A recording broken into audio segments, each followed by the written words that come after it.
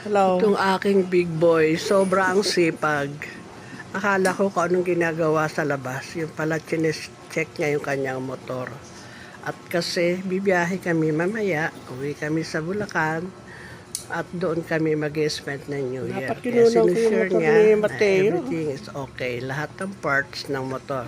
And of course, Ikaw ka kasama naman ang dyan, prayer. tingin Kaya ka hindi mo naman, siya guwapo ka makakausap. naman. O ayan, pangiti-ngiti. Dito yan sa amin sa Ano pinagagawa alley dito mo? sa labas.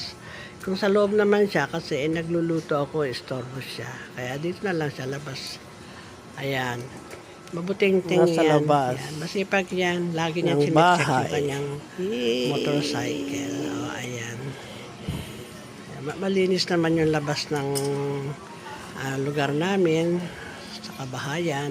Pati number na ano mo Pakita ko kuha. naman sa inyo ang aming lugar. Yan. Dito ang Yan, aming ang alley. kapitbahayan dito. Neighbor hanggang dulo. Yan. Yay!